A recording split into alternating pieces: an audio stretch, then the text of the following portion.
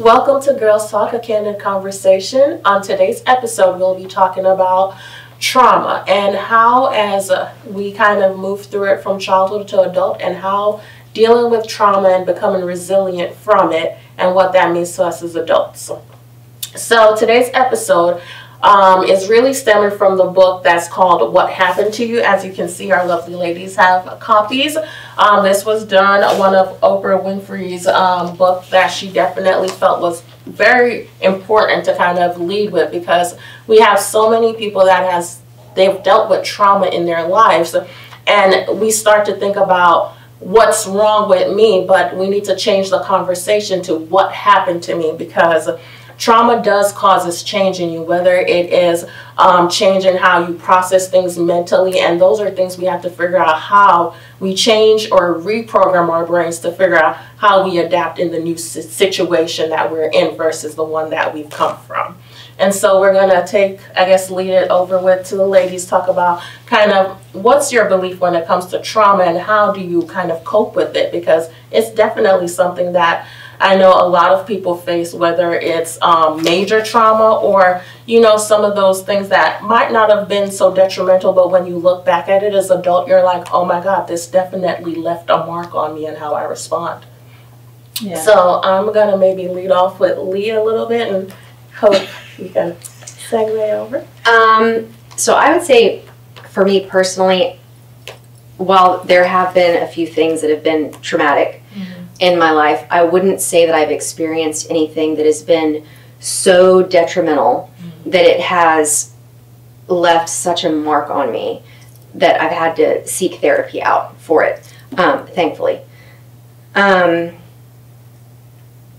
I don't think that there's anything wrong if you have. And it's one of those instances where we have to kind of sit down and really kind of dissect what happened to us and the reaction that we had when we were younger and how that is translating into how we are as adults. And I think one thing that I've seen with other people is that when they experience a trauma when they're younger, they become emotionally stunted. And it's almost like you have this 60-year-old woman, but, you know, she's mentally 12, 13 years old, however old she was when this trauma occurred. And so you don't have that emotional intelligence, and it wreaks havoc on your interpersonal relationships.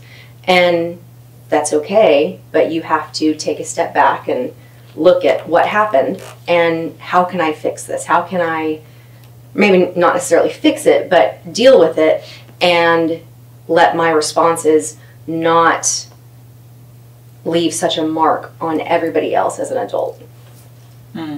Interesting. I mean, I think this discussion is so intense because when you think of trauma, you don't really think of trauma. It's almost as if you go, I'm good, right? Yeah, things happened to me. I dealt with it, right?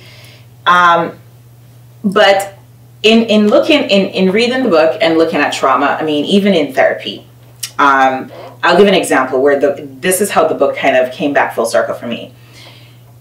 Going through a relationship and you know, you start highlighting, okay, why did I do these things? Why did I do this? Why did I not come out sooner? Why did I not say something, right? What's wrong with me? Yeah. I mean, like I literally asked my therapist, because I was, bawling, like, what is wrong with me? How could I have not seen these things? How could I have not done this? How could I have not been better here? I mean, besides the fact that he says there's nothing wrong with you, which is great, even though you're still thinking, yeah, sure. But his first thought was, let's talk about your childhood. Yeah. And I go, what? Why are we talking about my child? Because in my mind, my childhood was fine. Because I can't think of times in my childhood that were so traumatic that led me to this. But the problem is, you're probably never going to think about the times that are so traumatic, because if they were, you've buried them somewhere. Absolutely. Your childhood brain is so resilient that what it did was it took something that was traumatic, packed it up in somewhere, and shoved it somewhere. Yeah. So you don't really go, oh, I'm traumatized. You go, well, what's wrong with me? And so the entire concept of the book came full circle for me, because that's what it talks about, is that when we sit in situations and we go, well, why did I do that? What's wrong with me? Like my most recent, well, okay, I'm not going to say it on camera, That's not. Like, what's wrong with me? Why did I do that? But there's trauma there, and it really starts with the idea of going back to your childhood. And by the way, trauma does not have to be what we think we're defining it as, this large, catapultic, memory, or this catastrophic thing that occurred to you.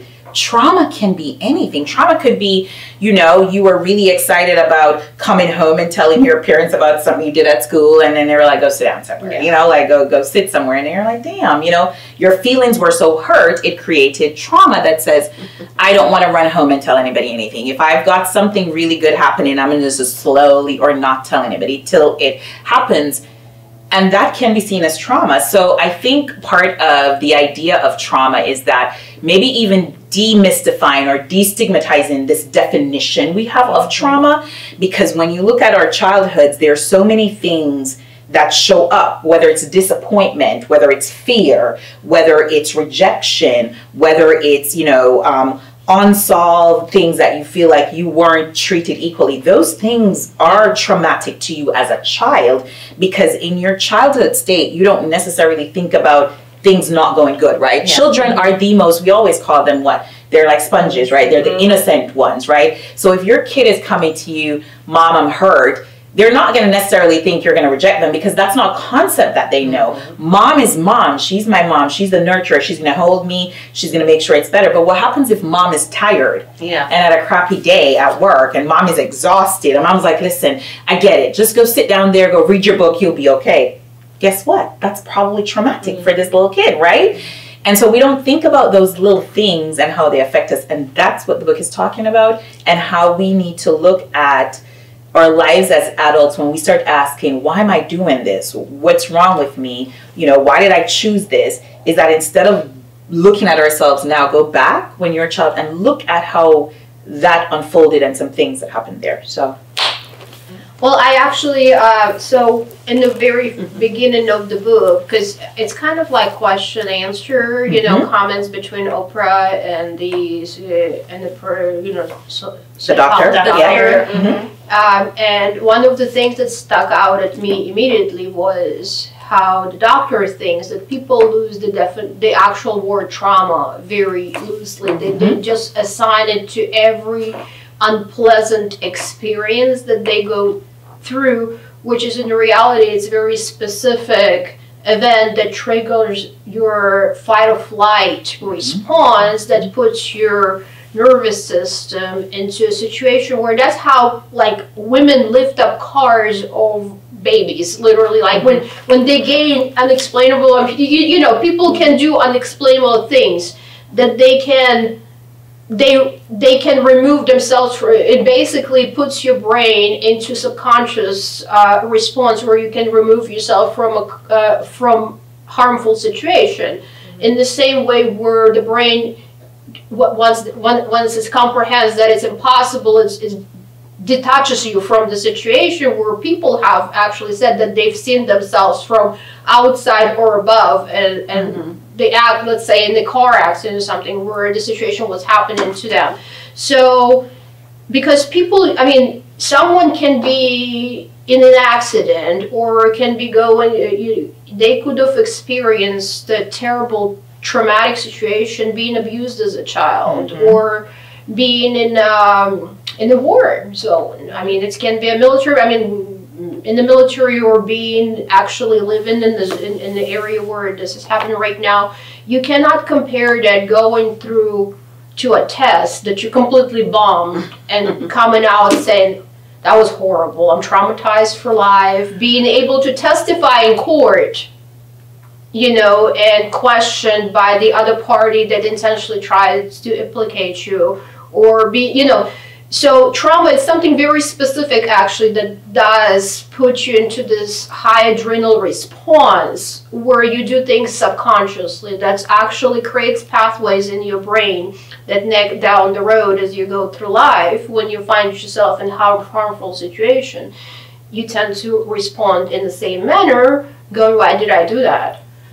And it just takes you back to that situation that originated the fear response, the safety response that basically made you, now you react same way to everything. And once you start consciously noticing that that's what you do, now you can go and fix it. Yeah. But it usually comes later in life, and when you're ready to sit down and start analyze your behavior. So Okay.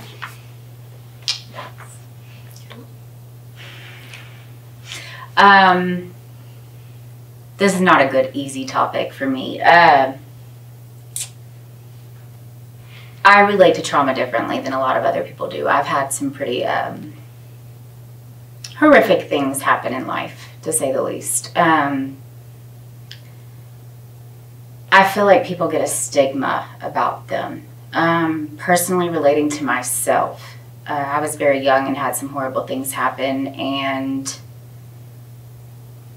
didn't feel comfortable to come forth and talk about any of it, so nobody really knew. But instead, I acted out, and with that, you create more trauma for yourself.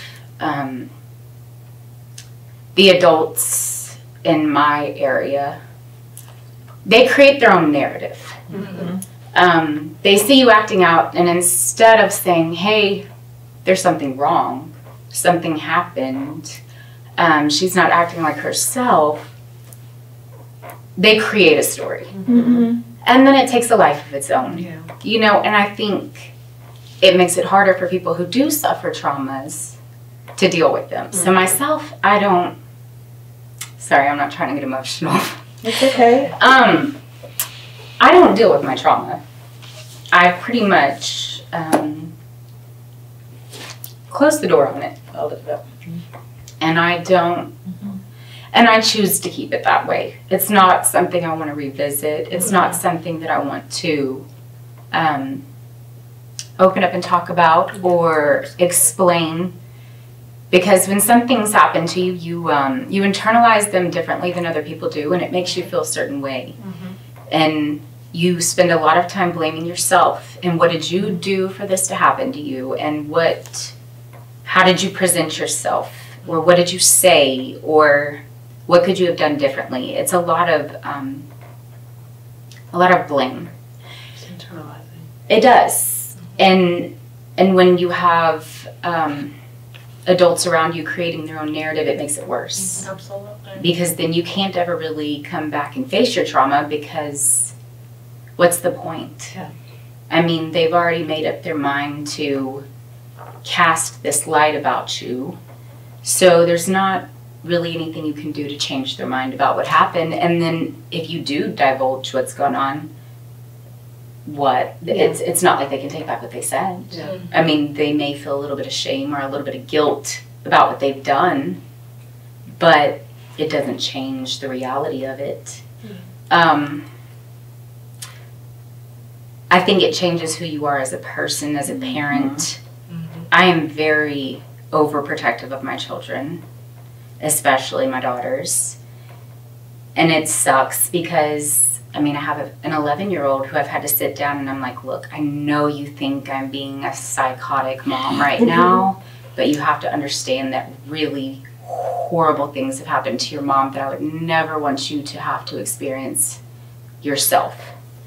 And the only way I know to keep you from ever having to relive my traumas and follow in what happened to me is to make sure you don't do anything that I did.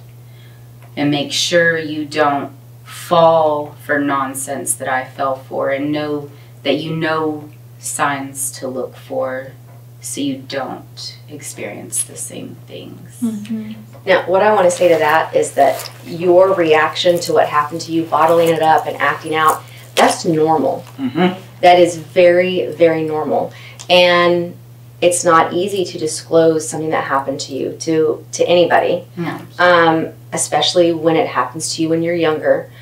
But the one thing to keep in mind is people don't know what they don't know. Mm-hmm. And, you know, as much as, you know, I can look at you and I can say something's off, and I'll ask you, you know, what's going on. But if you're not comfortable telling me, well, X, Y, and Z happened and now I'm feeling like this, then there's not a lot that we can do, which makes it's important to get to a place to feel and find someone to be able to speak to about it. Mm-hmm. Because I'm a compartmentalizer as well.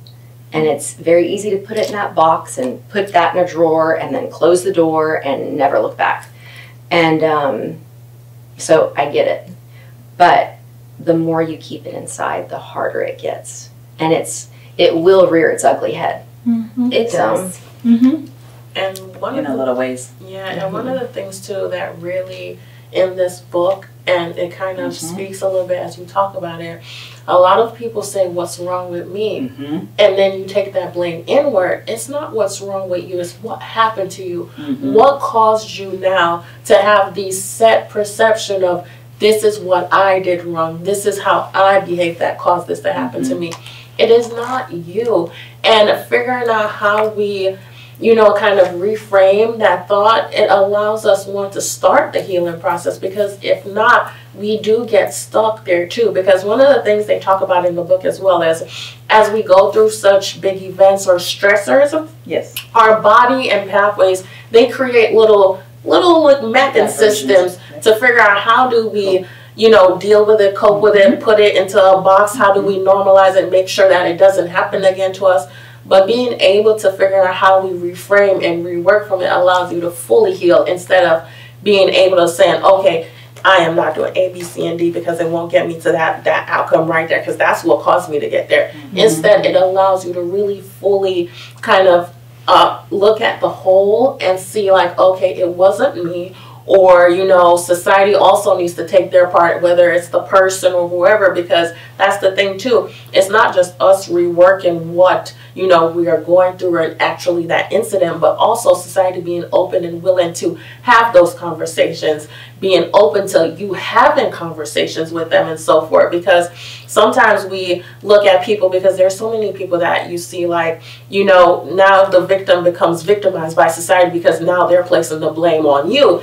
And that's just like, how do you think that's okay to say, okay, you are the reason that caused this big demise? And so it makes it that much harder for you to truly heal and be able to kind of step out. So that's one of those things the books talk about, is like, really, how do we as individuals and society refocus and reshape how we handle trauma and allow people to build and heal from it, right? And not feel judged. Exactly. Yeah. Because, and so I'm going to come back, Lana. So trauma, even though you may think of trauma, it's not just a big event. Mm-hmm. For children, trauma is just, it could be small things, right?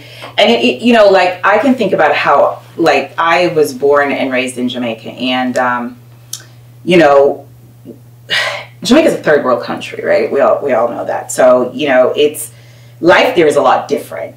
You know, options are different, right? And I think when you look at, as a kid, how you have to ebb and flow. I mean, we all know about immigrants coming to this country and having to do different things in order to make it. My story with my family is not that different. We're a true immigrant family, okay? But in living a life that includes a true immigrant family, there are some sacrifices you have to make. And sometimes those sacrifices cause trauma. Mm. And trauma in a child is, for example, your mom leaving because she's got to go make a different life so she can provide an opportunity for the rest of her kids. But the fact that your mom leaves your household and leaves you susceptible to everything else, right? Because as a mom, much like we talked, like you look at your mom as your savior. That's, you know, that's your mom. That's like your person, right? And when she leaves, it's kind of like, oh, my mom is gone. And for me, I always validated why my mother left. Like I knew it was necessary. I saw it logically.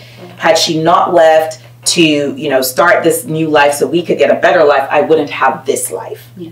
And this life is completely a life I never expected I would have. So how can I then go, you were wrong for doing this, when I look at my life as an opportunity and it wouldn't have happened without her? So the logical thing in me goes, justified, right? But what I didn't realize as I was growing into adulthood was the fact that my mom left created a trauma in me that says she left. Yeah. She left me. Even though you were aware of why. Yes, Yeah. exactly. But it was still the act of leaving, and at an age of 10, when you're just becoming a teenager, when your body's changing, you have all these things. You need your mom. Yes, right? She's not there, and then you're left susceptible to everything that's going to come your way because you don't have that protection anymore. And when you're going into teenage, you know what happens, right? It's like all these changes with your body and all the other external factors, and you're confused, and you know, you don't know, do I go right? You know how you talk to your kids about, hey, I'm mom, I'm protecting you. There's some things that you don't have that. Yeah. And you don't have that, so you go through life with some things that happen to you. And for me, I did and I didn't realize I did it, but I did it because when I kept going, what's wrong with me? And after you start dissecting it, it's like, okay, I see my mother as my heroine. She's the woman that made these big sacrifices so we could have a different life. But in the same time, my mother is the source of a lot of trauma. So how do you reconcile those? So she's the protagonist and the antagonist. Yes. Yeah. So you take the trauma and you bury it because you can't look at her as the heroine but also look at her as the problem, right? And you bury that, and she's mom. Until you guys know what happened this year, right? It's like you start healing and start really tapping into those parts of you that you buried, and it's like, gasp. Yeah. Now you're in the reality that, oh, CRAP, she is not just the heroine, but she is the source of these things. How do I reconcile this? Yeah. And you're like spinning out of, because it's like, you know, I want to like just tell you how I feel, but I'm like, no, I can't tell, you know, until you take that. And, you know, that's the thing about it, is that you can't, you know, in that scenario, it wasn't about me. Yeah. It was about life's choices that I had no choice in at 10, right?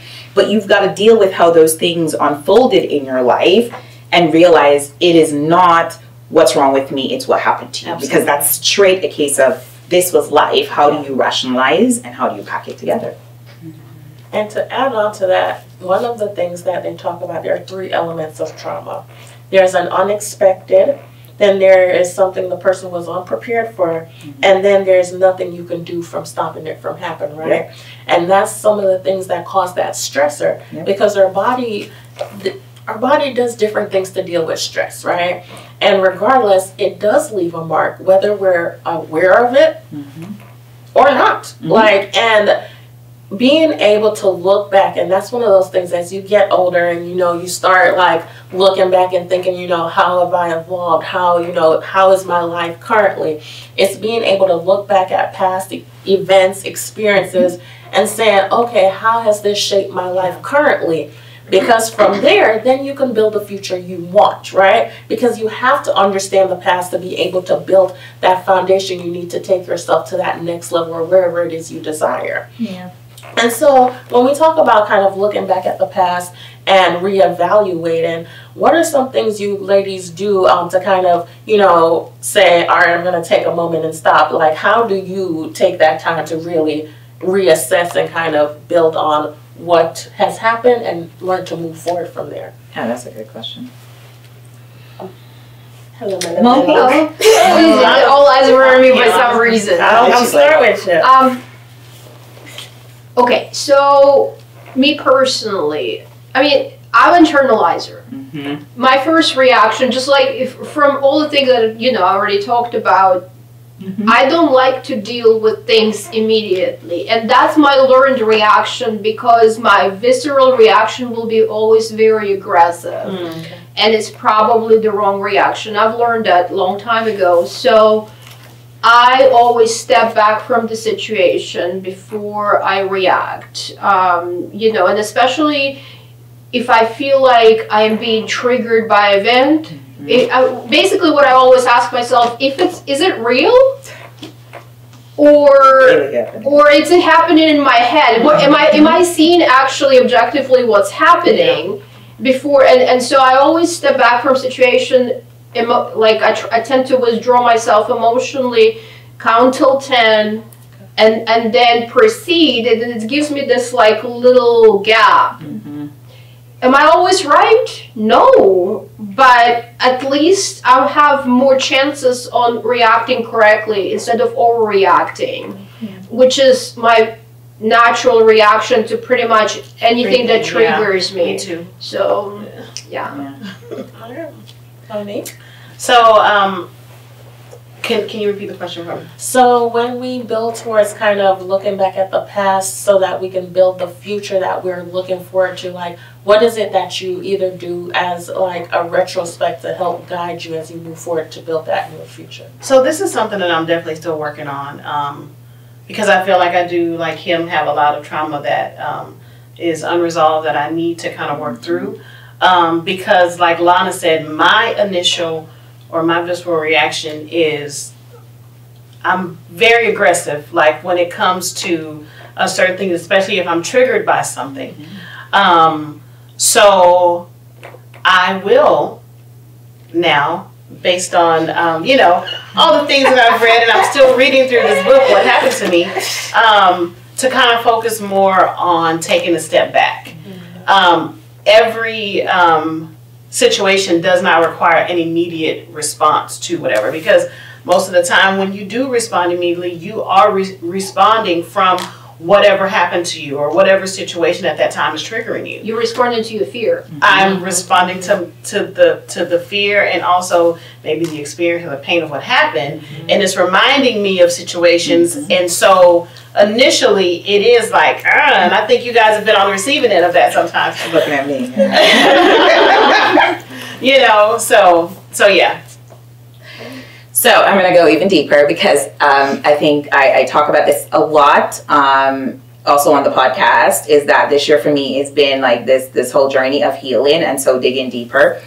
And when I look at trauma, you know, I always thought that my attachment style was perfectly fine. Okay, I'm good. I'm always good. Okay, just always good. But guess what? The fact that I'm always good, that underline always, that's right. It's a problem. So as you're healing, you're going, well, why are you always good? Like, why is this just always not a problem? Well, if you look at attachment styles, there's the whole dismissive, right?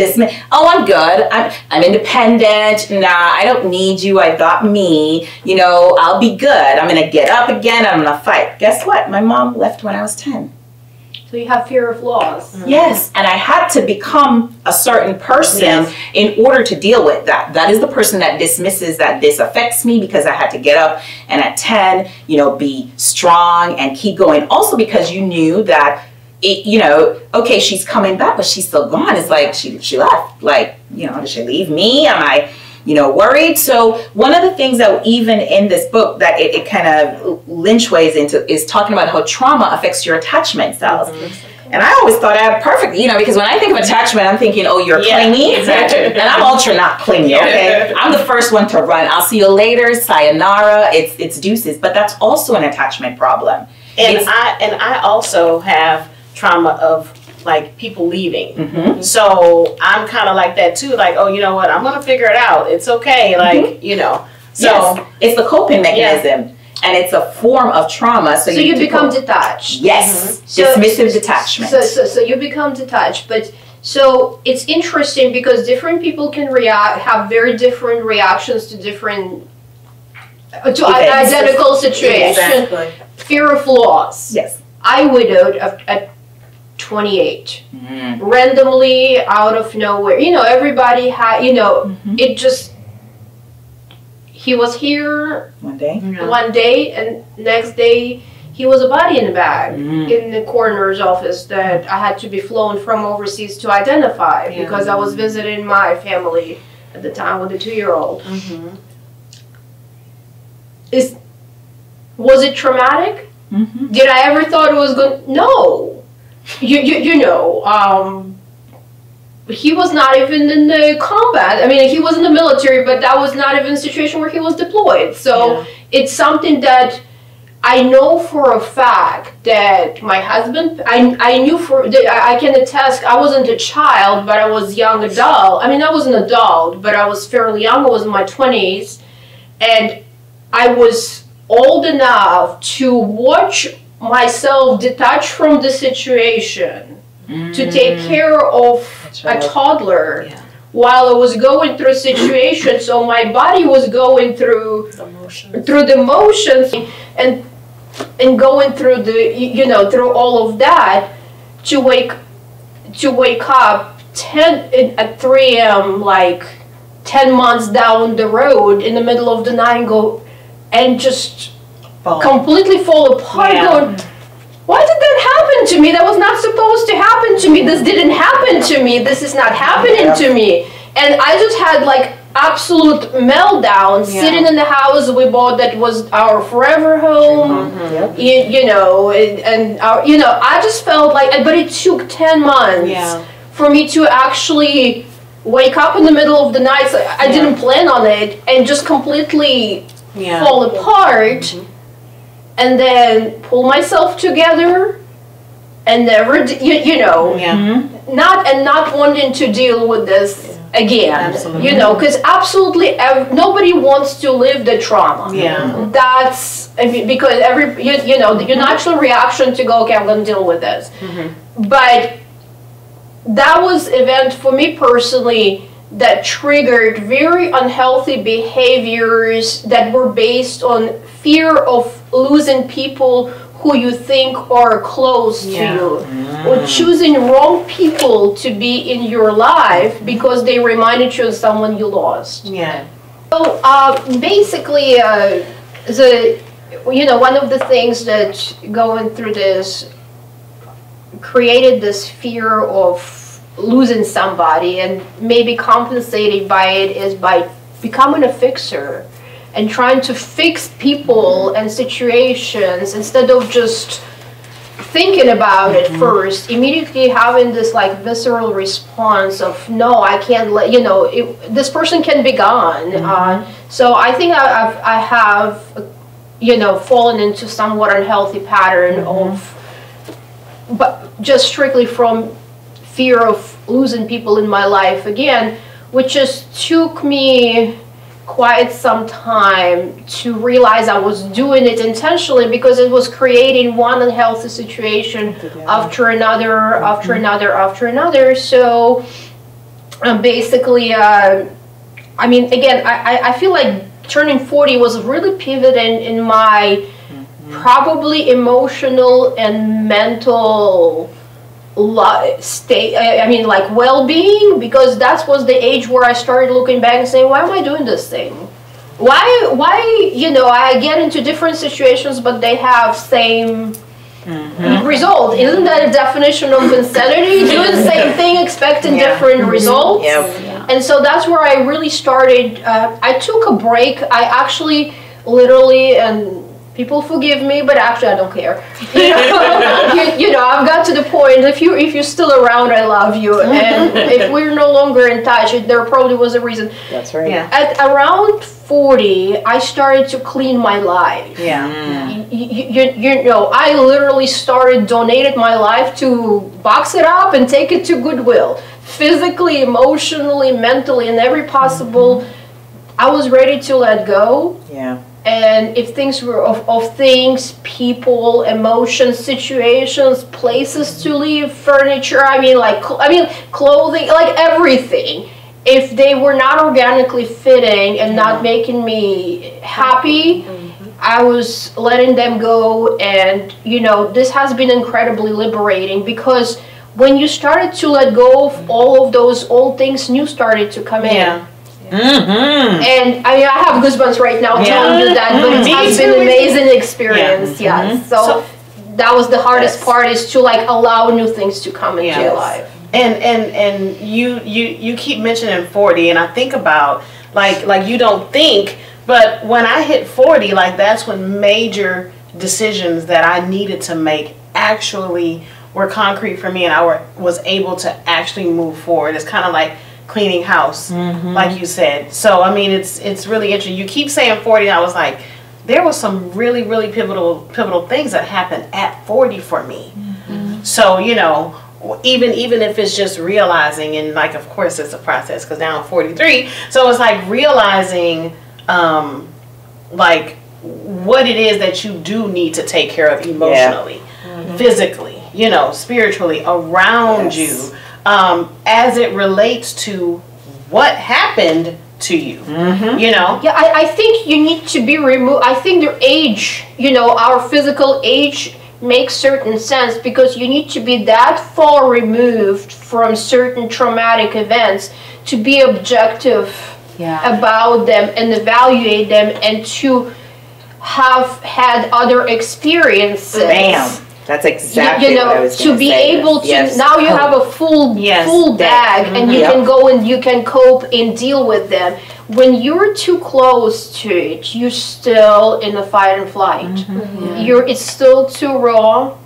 You haven't had a cushion of time and other things happen to you to where you can protect yourself with it and then go back and safely digest it. Then you can truly decide if you permanently just don't want to deal with it, or you do, because sometimes you may not ever be able to. And maybe you don't need to. Maybe you already, you know, what you have done so far had built this like concrete sarcophagus around that issue that you never want to break through. That's your like radiation vault, you know, that you maybe you never want to emit it, you know, and maybe this is a time, or maybe you're ready to sit down with therapists, and the first thing they ask you, tell me about your childhood. Literally, and you're like, what? And you're like, fine. I was fine. That's right, I was fine.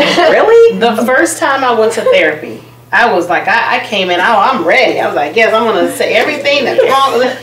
So then but everything that's wrong with who, though? Was it me? Was it you or somebody else? Oh, somebody else. That's the first thing. It's always everything that's wrong. That's the first thing. Like, oh, everything is wrong with somebody else. The first question was, what was your relationship with your dad? And I was like, you're like, excuse me, this is not where we're going right now. And then, but I mean, after we worked through a lot, I was like, OMG. Yep. You know, things I didn't even realize that every single aspect of my life that I had built up to that point was based on that one question that he asked me. And I was like, wow. And it was surrounding a trauma that I had experienced. So yeah, it's funny that she even says that, because it's almost like we mirrored. You know, I go into therapy going, yeah, so I'm going to tell you about, you know, my significant other. This is all the problems. You've got to fix him. Like, because I come from a great family. I'm all emotionally good. I'm balanced. I'm serious. Like, you know, I'm good. And this is just toxic. And he just does not know how to deal with these things. You know, his family is A, B, C, D, doesn't have none. You know, I've got it. And the smirk on his face. And I was like, what's the problem? You know, because I'm leading the therapy session. Go fix the problem. So I just need to know how to deal with this situation. Then he goes, oh, okay, all right, well, let's talk through it. First, tell me about yourself. Well, what do you want to know? Like, where do you want to go? You know, he's like, let's start with childhood. Like, for what? Like, what are we going to? I can't remember that. You can't remember that. You know, the next trigger is you can't remember it because you packed it so deep away. Okay, so now he goes, well, tell me about your mother, or tell me about your father. And you're like, where is this going? You know, like, this is not what I'm here for, because the problem, and by the time we were done, I literally left that session bawling. So I literally left that therapy session bawling. Well, I was in there bawling, but I left bawling because the now realization was, oh crap, something is wrong with me. And I will be very honest, because clearly I've got this attachment, which is dismissive avoidant. Yeah. It didn't happen. Nothing happened. I'm good. I'm dismissing it. I'm avoiding it. We ain't touching it, right?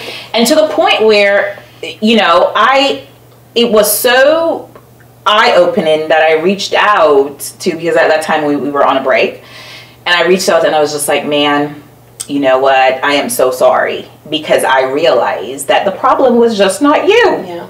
The problem was both us. Like, there are so many things with me that created the situation. Because I will be very honest with you, I went into that therapy going, it ain't me. It's just one person. Like, you fix these things or tell me how to go fix it, be good. and everything is gonna be good. And it's not, you know, because it's just, and it's so funny because it's like you have to figure out, you know, how you go back through life and look at the things that you've just avoided and what were those things, because I'm telling you, they're going to show up. Yes. Like, you know, I mean, they're showing up today. Yeah. You know, like I said, trauma manifests itself in different ways. So, well, and I think the way that we deal or don't deal with traumas that have happened to us when we're younger, it also goes into how we deal with traumas as adults. I had a miscarriage very early on, in between my second and third. And I mean, I hadn't even been to the doctor yet, but I knew I was pregnant and we wanted the baby, and then I started bleeding and I knew I was having a miscarriage, and my husband was on a business trip, and you know, I had my parents there with me to support me, but I also have 2 little kids, and it's okay, kind of like Lana said, I'm going through the motions. I have to put this on the side, on the back burner, because I've got 2 little kids here that need me, and I have a house to run, and you know, I've got shit to take care of. I don't have time for this. And I think it was a year and a half later. Yeah. Cameron was on a business trip again, and I was watching an episode of This Is Us. And just started bawling. I called my mom.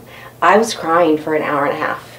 Wow. Because I had never dealt with it. Yeah. Yep. And I had not allowed myself to, like, I felt like I was sad. And there were times when I had family members who had gotten pregnant shortly thereafter, and it was really difficult to, you know, to deal with. And but when you avoid it, which is, I'm a classic avoider as well, you know, I'm gonna put it in that drawer and throw away the freaking key. Girl. And stuff on top of that too. Yep. So, but when we avoid it, it's gonna come back. Yeah, it's gonna come back. Whether it's 10 months down the road, a year and a half down the road, and it's gonna be ugly. Yep. And you have to go through it. Yeah. If it's happened and your brain decided that you need, you know, it's spilling it out, just go through it. There is no sweeping that, you know, under the rug at that moment. Yeah. So, This Is Us is like probably the best written show ever in the history of shows. Oh, really? And there were so many triggers in watching that show that, you know, but I have a similar story to a show. Like you go through the motions. It's like you're gonna, you know, onward motion. You're gonna do what it is you need to do to get through the situation. I was watching, I think I discussed it on one of the promo videos, I was watching this Netflix series called Made. Yep. And I had not cried about my divorce. It was like I was very, okay, I need to get through this. I got to get through this. I had, you know, 2 kids. I had, you know, business, life going on. So this was about like a year and a half, 2 years later. And I sat down. I was like, oh, everyone's talking about this show. Let me watch it. And I literally, I was like you, for a good hour, just because I had not just set in the fact that your marriage is over. You're moving on, like this is life, and all the things that happened leading up to that. It was because I buried, and you know, going through divorce is a very traumatic experience, whether you know, whatever the situation was, because it's like a breakdown of a family. That is a traumatic event. It's, you're grieving the death of your marriage. Yes, and you know, and I did not give myself a chance to grieve. I just, like you said, I did what I needed to do to get through, and a year and a half later, I had all that in me and didn't even realize it. And watching that show, just like you said with that, I literally cried, and I could not understand why I was so emotional looking at this show and how it mirrored everything that I was dealing with, I was like, I thought I was over this. I thought I was over it. And it wasn't that I wasn't over it. It was I hadn't had the emotion, like I hadn't let the emotion out of the situation and just acknowledge the fact that this happened, it sucks, and it's okay that it sucks. Now you can actually move on because you have released all of this emotion that you've been packing around. Yeah. Definitely. And I know with like today's topic, trauma, it is something, it happens to you and your body holds on to it, whether you know it or not. And so making sure you take the time to work through it, address it. Yes, it might not be immediately, but it will come down to a time whether it comes out without your knowing, or you actually say, okay, I'm going to work on some things, and you address it through therapy or whatever the case is. But knowing that things do happen and you do need to take the time to work through it. And outside of you taking the time to work through it, knowing that you are not the problem, there's nothing wrong with you. It's just maybe some sort of habit or coping mechanism you've put into place to deal with those things. And figuring out how now do we refocus and reframe what we have learned to make it now work in the situation you currently are, to make sure that you are moving forward in a way that will build onto your future, right? Yeah. And outside of the individual, we as a society need to be more open to this. Instead of victimizing the person that went through these experiences, you need to be open. Show empathy. Yeah. You know, be that shoulder. Don't create these judgments and just decide you're going to speak from nowhere. Listen. Just listen. Sometimes that's all that's needed. So we wanted to thank you again for taking the time to join us for this Girl Talk. We look forward to seeing you guys again, even though we're not seeing you, but come on back, right? And make sure you subscribe, follow us, and we look forward to having you join us on the next episode. And if you like, you can check out the book, What Happened to You by Bruce Perry and Oprah Winfrey. It's a really good read. That's right. Bye. Happy New Year! We wish you A year of health. A year filled with abundance, connection, and joy. May all of you have happiness, health, wealth, and prosperity this year and beyond. I wish you all to be more loving of yourself and understanding. I wish you a year of finding forgiveness. I wish you a year of strength and success. Cheers. Bye-bye.